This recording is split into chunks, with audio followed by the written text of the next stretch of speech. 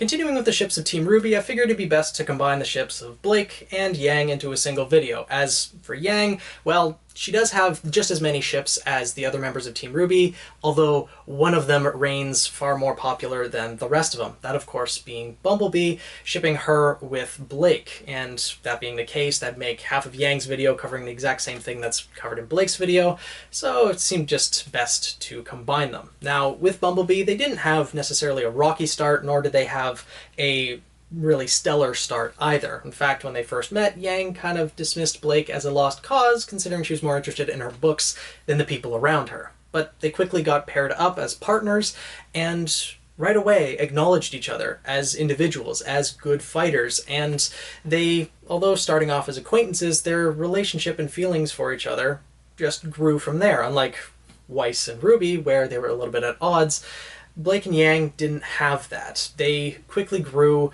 into friends, and as most people were able to see, they grew into something more.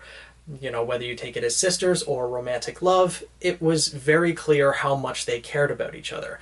Especially when Volume 2 came around and Blake started pushing herself to immense degrees, such that she was putting herself in harm's way. Everyone could see it. The members of her team, the members of Team Juniper, and it was Yang who came to her aid by telling her and opening up that she had been in a similar situation. She still was in a similar situation, looking for her mother, and she had went so far as to, at one point, put herself and RWBY in danger. She could see Blake going down this same path and wanted to do everything she could to help her, encouraging Blake not to stop looking, but to take some time, consider her own well-being as well as do it for the sake of the people who care about her. And that was such a touching moment that just showed how close they had gotten and how much they started to care about each other in such a short time. And this came to a head, of course, in Volume 3, where when the fall of Beacon was happening and Adam was attacking Blake, Yang saw this, jumped in without any regard for her own safety, out of pure anger that Blake, someone that she cared about, someone that she loved, was being hurt, and ended up getting hurt herself, which Blake couldn't stand. At the thought of that, at the thought of Yang being hurt again, that she was the cause of her losing her arm, losing a part of herself, she couldn't take that, and she ended up running away, thinking that Yang would be better off without her, and ended up coming to regret that decision. And they did end up reuniting, although that definitely put a damper on their friendship and the bonds that they had. When they did reunite, however, there were still remnants of those feelings at the end of Volume 5. Although Yang was still angry at her throughout Volume 6, they have started to rekindle some of those feelings and reshape those bonds.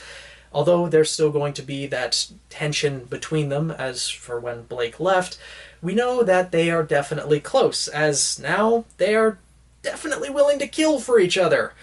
Sorry about that, Adam, and unfortunately that also means that the ship of Toradana, that being Blake and Adam, is kind of dead in the water.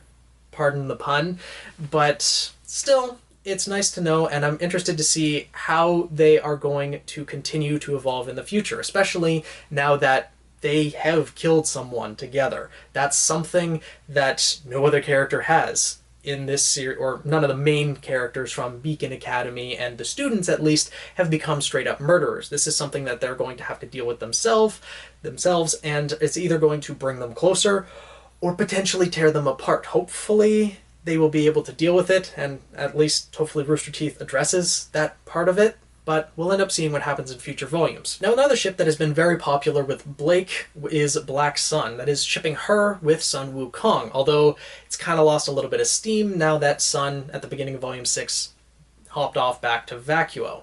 But they started off, you know, Blake being very unsure of Sun as he's stowaway on a ship. Still don't know why that was necessarily the case, because he was also sanctioned from a school itself. But still, she was unsure about him, and he was openly attracted to her right from the beginning. Everyone knew it, I'm sure Blake knew it too, and they didn't necessarily become fast friends, but Blake ended up trusting him as she realized he was relatively harmless towards her. He was respectful towards her and, you know, was a generally nice guy, although being a thief and a jerk to some people, but they ended up becoming close, especially once Blake kind of took off and Sun followed her. They were alone together for all of Volume 4 and a majority of Volume 5. Sun supported her in everything that she did. They became very close, and it did seem like Blake was definitely becoming more attracted to him. Even at the dance, well, we saw both Blake and Yang dance together, as well as Sun and Blake dance together. So there was a little bit of a competition there, but Volumes 4 and 5 were definitely centered around Black Sun, for Blake's case, at least. Now, with Sun hopping off to Vacuo and not knowing when we're actually going to see him again, I don't know how much hope that holds for Black Sun becoming a thing. As I mentioned before, Yang and Blake have started to progress towards that way as well, plus now having that emotional turmoil between them is potentially going to bring them closer. So that will be something else to see how it develops and when we'll see Sun again. Now, another very popular ship for Blake is that of her and Ilia. And Ilia, being our first LGBTQ character, was openly expressing her love for Blake, and that Blake had kind of rejected her by leaving the White Fang. Ilia was very hurt by this, and it still ended up that Blake didn't return Ilia's feelings. Now, they would have made a very cute couple in the series, and I loved seeing how Ilia was able to get over her anger at Blake and realize that what she was doing was wrong and turn back to the right side and still support Blake. And you know what? There could still be possibilities for that to happen in the future. Now, I'm not 100% certain on the actual ship name because there's been a couple of them out there.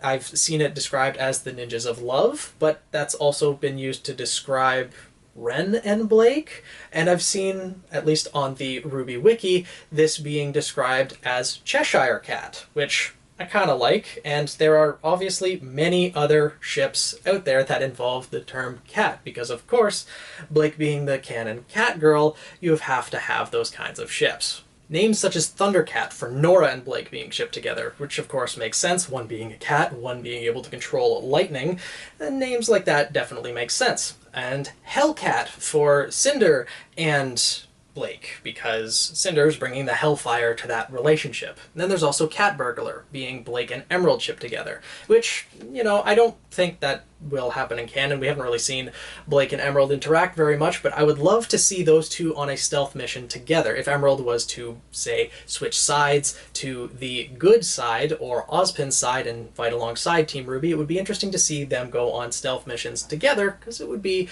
quite interesting. And then there's also Pyrrha, or Pyrrha and Blake shipped together, but there's also, and I love the fandom for naming ships like this, it also goes by another name, Pussy Magnet, which, of course, Blake being a cat, RWBY or Pyrrha controlling magnetism, it just makes so much sense, and God, some of these ship names are just amazing.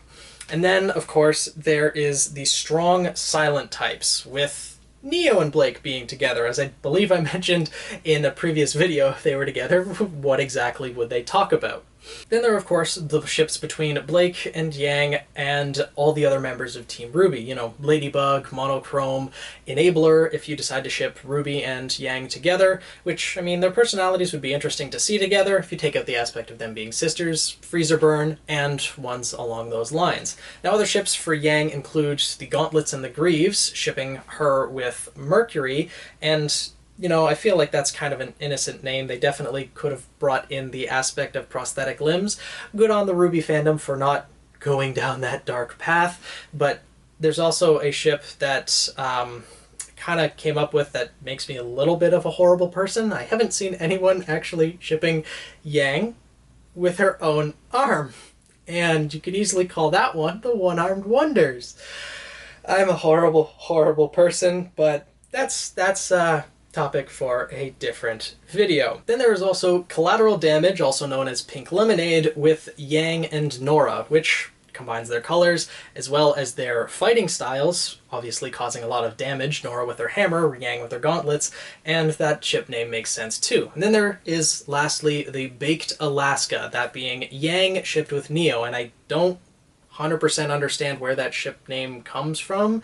I've not really looked into it too much, but if someone in the comments would care to explain what Baked Alaska comes from, that'd be much appreciated. And then, of course, you can take that a little bit further, and another bonus to including Blake and Yang into one video, you can talk about ships such as Blaked Alaska, there we go, where you add Blake to that ship. So it's Yang, Blake, and Neo as well.